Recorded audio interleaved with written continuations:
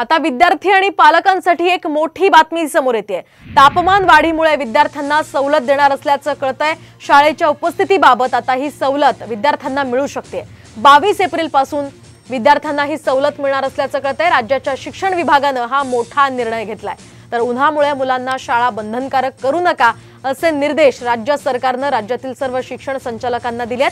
गेल्या काही दिवसांपासून खरं तर तापमानात प्रचंड वाढ होते। मराठवाड्यात यावर्षी आतापर्यंत 42 अंशांपेक्षा अधिक तापमान नोंदवलं गेलंय आणि याच काळात उष्माघाताचा सुद्धा धोका होऊ शकतो।